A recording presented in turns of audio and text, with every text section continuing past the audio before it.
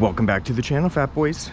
So I've been getting a couple messages from some people about how I ended up getting my speedometer ring red, and a lot of people have been looking how to customize and get their own version and their own color of whatever they're wanting to do. So I'm going to be making a tutorial video on how to get the custom color you are wanting, because I do not like the Harley black and how you have to put that on. So might as well do the little bit of extra work and save a couple extra bucks as well while doing it.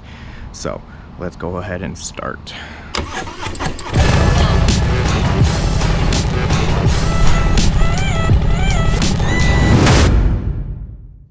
So first thing you're going to need a T27. And then you're gonna come in under here and you're going to unplug. You're going to disconnect. And then you're gonna want a flathead screwdriver to get this other side out, and it just pops out just like that. Voila. All right, and so now the next thing we're gonna need is a T15 in order to get these on out back here to separate the speedometer from the framing mount, and then it comes apart just like that. All right, and so the reason why I'm doing this again is because, one, I want you guys to see this, and two, I just tried skipping a step in order to make it a little bit easier on myself, and I wasn't 100% satisfied with it because I have some of these chipping marks in here that just came off super easily. So I'm going to redo this now. So if you have tried to do this and you skip the sanding step, you might run into these problems. But this is where I'm starting off with. So I'm gonna have this X-Acto knife and just start peeling off the paint. And so I'm just gonna get all this paint off, and then I'll catch you guys when that's done. A few moments later. All right, now I got this mostly finished up, so now I'm actually gonna go back and start sanding to help create scratches and get the rest of the paint off. So the whole point of sanding this, and why I also use that, is because I'm trying to create a rougher surface on top of this. I'm trying to take away what was the mirror finish, so that way the paint grips onto this metal surface better. You just want to really make sure you're paying attention to the finish, making sure you really have every area not shiny anymore, pretty much. And this is feeling pretty good. Honestly, I may just stick with just the 800, because I don't want it to be too fine of a finish, because then it's gonna start to get shiny again. So actually, I'm gonna recommend that you actually start with a smaller sand, a grit. So maybe start with like a 200 and then work your way up to an 800, because that's already looking pretty good. I wish I started a little bit smaller, so start on a smaller grit sandpaper. Here's where you gotta do all your really careful work. You need painter's tape, and we're going to section off everything except for the metal bit. So for starters, you want this up higher so I have as much overlap as possible. Really get it nice and flush. And then I'm gonna come down here and do that again, creating overlap. I'd rather there be more overlap than not enough overlap, because I don't want any bleeding to go on the glass, because that would be just annoying as hell to fix. So make sure you get the really nice crease in there while you're doing this too. You wanna do this along the steps, or else otherwise it's gonna be harder to create the crease when you have all of them in there.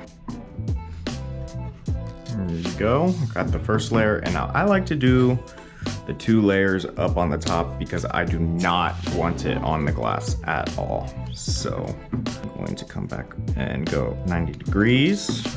And this to me just secures that there's going to be no bleeding onto the glass. So while I'm just about to finish this up, if this is your first time clicking on one of my videos, thank you. Make sure you go and hit that subscribe button down below. Make sure you ring that bell notification so you know when the next video is gonna come on out. And make sure you also hit that like button so that way the algorithm knows that you enjoyed this video. So that way I know you enjoy it too. And thank you. And now the last piece of tape for the glass. Bam. See, completely covered. Now we come with the X-Acto knife and follow along with that edge. That's simple. It's better to be high than to be low. Now the glass is sealed off. So now we have to work on the rest of the body. This is where I recommend really trying to get everything placed just right. And now you're just gonna do that all over, cover the bottom as well, and cover this as well, but leave out a hole right there. So I'm gonna do that and be right back. 20 minutes later. All right, so here you can see I got it all finally taped up everywhere. I left the little bits so it can go down, so the pin can go down into the little crease and get all the metal bits. And then I taped up all of the extra metal bits down here and the electrical parts. And then I cut a little hole so when I hang this, which we're gonna be doing next, the rope is gonna be going right through there. So let's go and start to hang this now. So I also don't really have a garage. So what we're gonna be doing is going up to my upstairs neighbors and hanging it from up there. Get a little Allen key to help push it on through. I'll just tie this on up here and also slide it to raise it if I need to. Now finally, the next step is to start painting. So I use this. It has also paint and primer inside of it. It is specifically meant for metals. So it's gonna really adhere to this as much as possible. Give it some good shakes.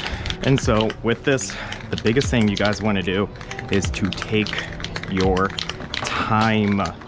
You do not wanna go too fast, because if you go too fast, it's just going to flop all over there. It's gonna start running.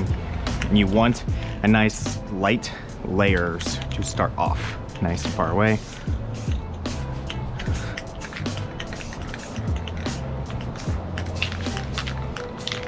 And with that, we are now going to wait 15 minutes, come back, do another layer. Eventually. Alright, so we're back out here again. I've already been coming out here. I've done a lot of little light coats now, and it's already starting to look nice and clean. So it's looking nice and even right now, but I'm still seeing a little bit of some bare metal in certain spots. So I know there it's not even, like here and here I still see some of the little bit of the bare metal peeking through, but it's looking nice and good. It's looking like it's sticking. So all of this right now is just going to be me doing the final touches on these layers, doing many more layers, taking my time. Once I get all of those layers done, I think I'm doing about like 6 to 8 layers just to make sure I get everything nice and even. So once I get all my final layers on, I will catch you guys right after that. So I'm gonna say about another 4 more layers and I'll be good to go.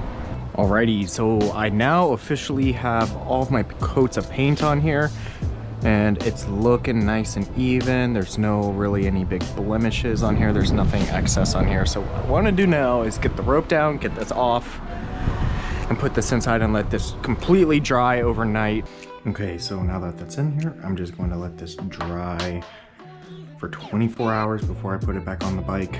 And so let's just wait till tomorrow. All right, welcome back. It's the next day and this paint, it has been 24 hours and it is completely dry and it doesn't have any tackiness to it. It feels nice and good. You wanna say hi, Koshi? Thank you. So what we're gonna do now is just remove the tape.